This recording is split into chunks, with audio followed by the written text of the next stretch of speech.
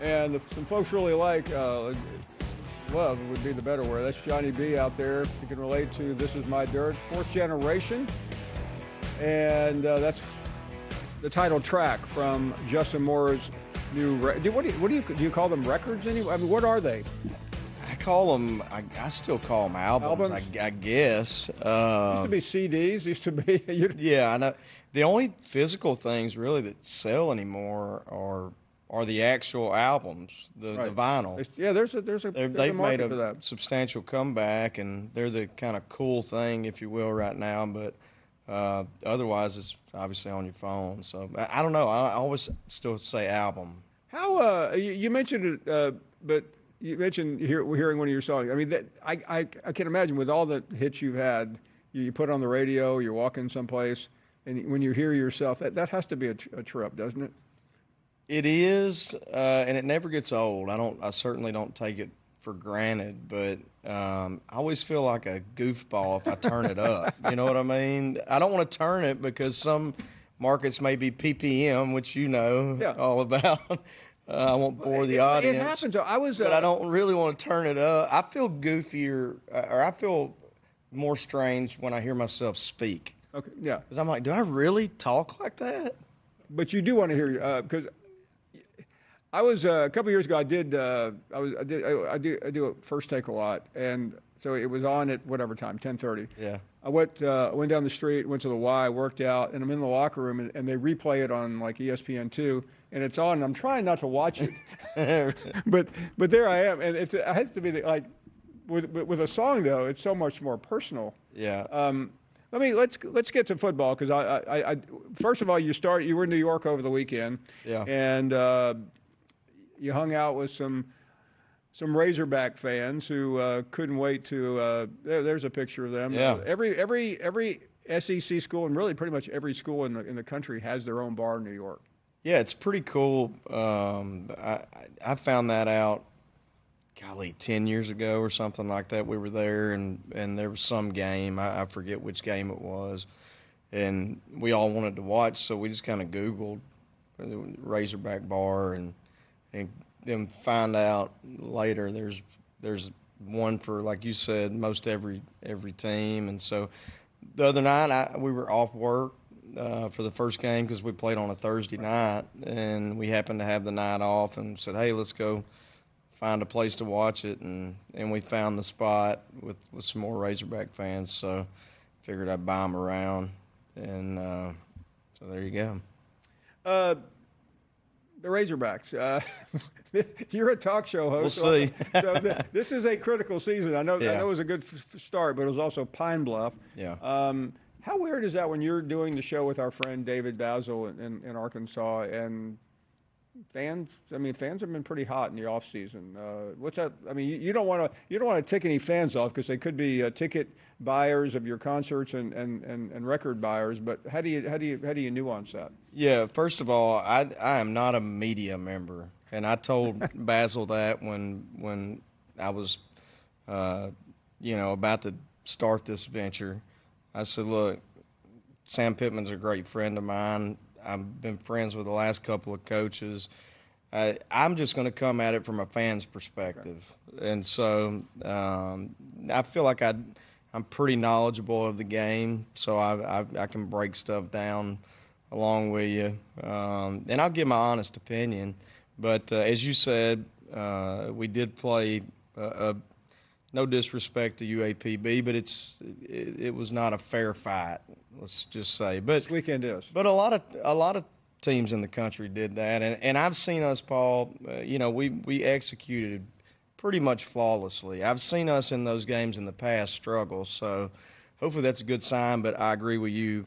This coming Saturday will be a tough out for sure. But I really liked the way we looked. I thought we looked. And, again, I know the opponent. I thought we looked much faster than we had in the past handful of years. I thought our overall team speed looked different to me. Now, I'm going to tick some folks off here, but you're a true fan. Yeah. You live this. You breathe it. There are these country artists that adopt a team one day and looks like maybe they go to the next team. We run into a few of those. there's this cottage industry in Nashville of everybody jumping on the bandwagon. The Georgia bandwagon Well, has yeah, been a big I mean, one lately. Georgia has an endless. Don't blame them. They have an endless. Alabama's got a bunch too, and maybe they're going to Georgia. But it's not like country stars have conventions, but there are events where you all converge. Oh yeah, yeah. What's the college football conversation like? We just talk smack to each other, which I think is one of the great things about college athletics. Is get to give each other a hard time, and I mean it's all in good fun. I mean, but we're mostly all big time SEC fans, obviously, growing up in the South, and so we like to rib each other for sure. A couple more minutes here with Justin Moore. Let's talk serious music here for a second as you embark on your tour. These are demanding. You got a show tonight, one tomorrow night. You're out there a couple hours. Is there a conditioning aspect to this? You just can't roll out of bed and do a show, can you? I'm too stupid to have a regimen. I should have done that about 17 years ago. I've been really, really lucky that that's a lot. That actually is a lot of exercise for me, a lot of cardio, running back and forth across the show stage. Is the exercise. Kind of is for me. And I've been fortunate, knock on wood, that my voice has always kind of been there for me, and because I don't do vocal warm-ups like I should. And so I just make a drink and stand in the hallway. I'll make a drink and walk out there, pretty much. Are you actually really drinking it while you're on stage? Yes, absolutely. What's the point of? I'm not faking it, I promise you. But I'll tell you, look, I used to have 4 or 5 during a show. Now I have maybe 1. So I'm as the older I'm in my 40s now, so I gotta start turning. So when the volume down 10 years ago, when you were popping back, I mean, you're drinking. You're not just drinking light beer, are you? I mean, oh no, you name it, Paul. You name it. Does it? I mean, I'm not enough of a drinker, and I certainly can't sing. But by the end of the show, are you really buzzing? I in the past, yes. That's why that's been a little while. I've grown up just a hair, but in the past, I've had my guitar player go, man, this is Bush League. You got to stop this. You got during the middle of a show, like snap out of it, dude. Like this is long time ago. We're playing clubs. But I guess you're living out the songs, aren't you? I mean, you're pretty much, and that's what my heroes did. Hank Jr. and Waylon and those guys. That's what when you first get into this, and when we started this, we were all like in our early 20s. Right. So they're like, I'd stick you on a tour bus and unlimited amounts of whatever you want.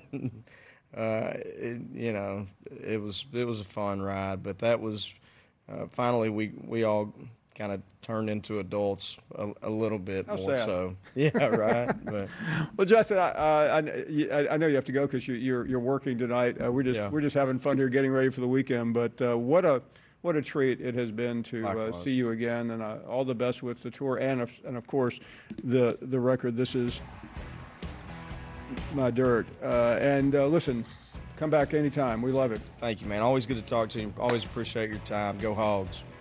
Justin Moore joining us. We'll take a short break.